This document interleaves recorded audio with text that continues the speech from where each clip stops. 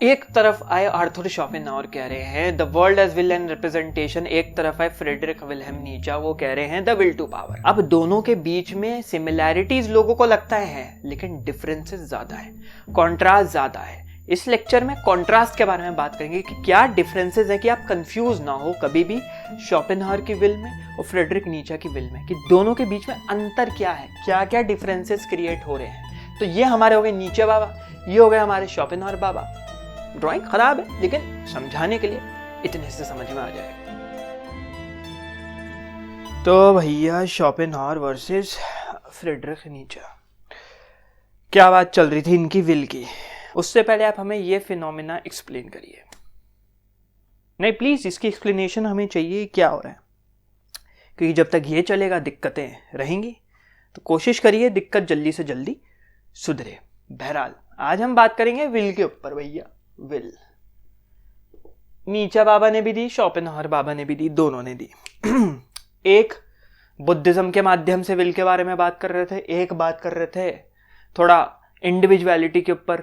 Western outlook, western philosophy का outlook बहुत ज़्यादा तुम्हारी हेलेनिस्टिक पीरियड से इन्फ्लुएंस, तुम्हारी मेटाफिजिकल फिलॉसफी से influence, both in a positive and negative manner. ये है तुम्हारे फ्रेडरिक नीचा। अब हम सबको पता है फ्रेडरिक नीचा की विल टू पावर है।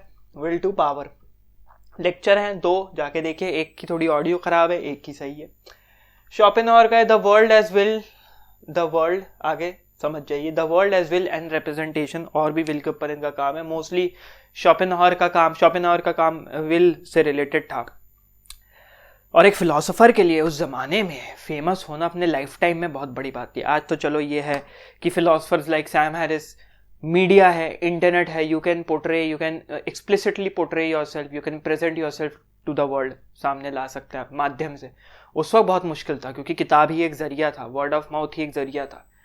तो ये दोनों उस टाइम, ये तो फ्रेडरिक नीचा तो बाद में हुए, लेकिन शोपेनहावर उस अपने जिंदा रहते रहते बुढ़ापे में फेमस हो गए विल के काम के लिए। दोनों ने विल के ऊपर काम किया, लेकिन दोनों के बीच में बहुत कॉन्ट्रास्टिंग आइडियाज थे, जिसके बारे में आज हम पॉइंट वाइज टिप्पणी लेते हुए चलेंगे। छोटा सा यहाँ पे ये है, इंडियन फिलॉसफी की प्लेलिस्ट चल रही है, ये वेस्टर्न फिलॉसफी चलती रहेगी। तो दोनों मैं चाहता हूं, क्योंकि दोनों इंटरलिंक्ड है। क्योंकि अभी मैंने बोला था शोपेनहावर में बुद्धिज्म पे लेक्चर आएगा, शोपेनहावर की भी बात होगी, फिर तुम शोपेनहावर को और अच्छे से समझ पाओगे। शोपेनहावर पे भी लेक्चर्स हैं।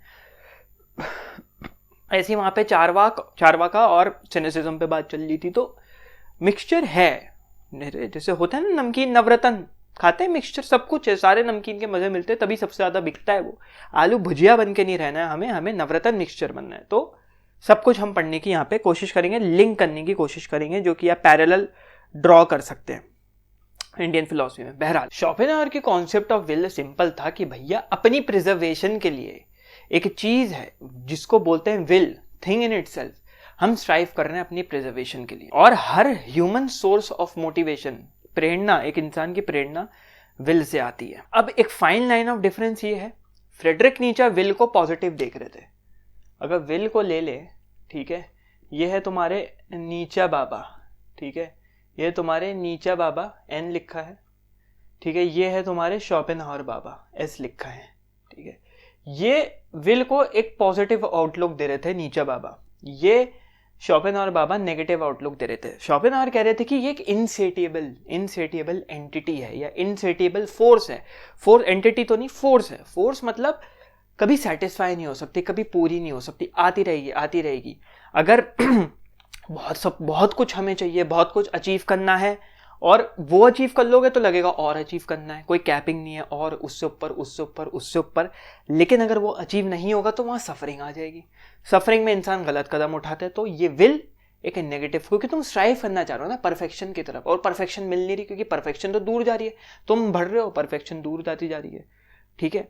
तो ये जो चीज है, जैसे अगर जिन्होंने साउंड पढ़ा होगा फिजिक्स में, जिनको फिजिक्स का बैकग्राउंड है, डॉपलर इफेक्ट एक होता है, जैसे जैसे आप आगे बढ़ रहे हैं, पीछे जा रहे हैं सोर्स के हिसाब से, वैसे ही पता नहीं मैंने कितना रिलेटेबल बनाया, बट स्टिल समझने वाले थोड़ा बहुत समझ गए होंगे।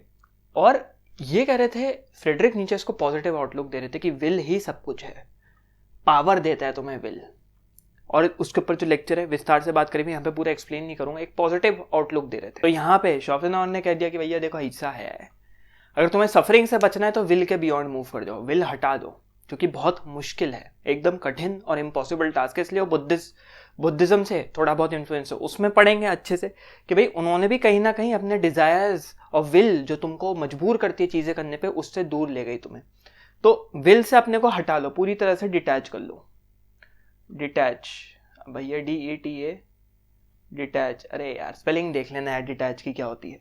और तुम्हारा नीचा कह रहे थे कि विल ही है जो एक इंडिविजुअल को थ्राइव करने की मोटिवेशन और एक ताकत देती है, which is will to power. तो इन्होंने कहा कि विल से अपने को अटैच कर लो। एक ह्यूमन बीइंग को ह्यूमन बीइंग बनाने का काम, एक इंसान को उबर मेंच बनाने का काम विल का है, ये नीचा ने कहा। अब शोपेनहावर कह रहे थे कि एक थिंग इन इटसेल्फ है, हर नेचुरल चीज में, नेचर में हर जगह विल है, हर चीज, एक चींटी से लेके एक हाथी, छोटे जानवर से लेके बड़ा जानवर, चाहे वो जमीन पे रहे, मिट्टी में रहे, पानी में रहे, पेड़ पे रहे, सबके अंदर एक विल है। पेड़ में भी एक विल है थ्राइव करने की, वो हटा ही नहीं सकते, वो है ही है, सब में एक विल है। शोपेनहावर कह रहे हैं कि है HAI है, हर जगह है, एवरीवेयर है, एवरीवेयर। ये कह रहे हैं, नीचा कह रहे हैं नहीं भैया ये सब कुछ नहीं है, कहीं नहीं, इधर उधर नहीं है, पर्सपेक्टिव पे डिपेंड करता है।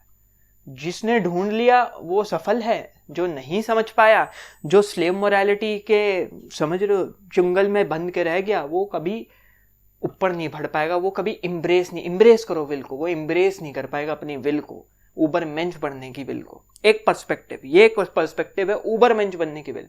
और भी बहुत तरीके की चीजें बनने की विल है, बट उस स्लेव मोरालिटी से बाहर आने की जो तुम्हारा एक मोर्चा है तुम्हारे अंदर से निकल रहा है, वो है विल। तो एट द एंड दोनों का अपना आउटलुक, एक ईस्टर्न फिलॉसफी इन्फ्लुएंस्ड विल के बारे में बात कर रहे हैं, एक वेस्टर्न फिलॉसफी इन्फ्लुएंस्ड विल के बारे में बात कर रहे हैं। Eastern philosophy influenced will Schopenhauer की हो गई, वेस्टर्न फिलॉसफी इन्फ्लुएंस्ड विल नीचा की हो गई। दोनों ने विल के ऊपर काम किया। एक ने कहा कि विल से डिटैच हो जाओ, शोपेनहावर ने मतलब कहा विल से डिटैच हो जाओ, नीचा कह रहे हैं कि नहीं भैया विल को एम्ब्रेस कर लो। तो दोनों की डिफरेंसेस थी।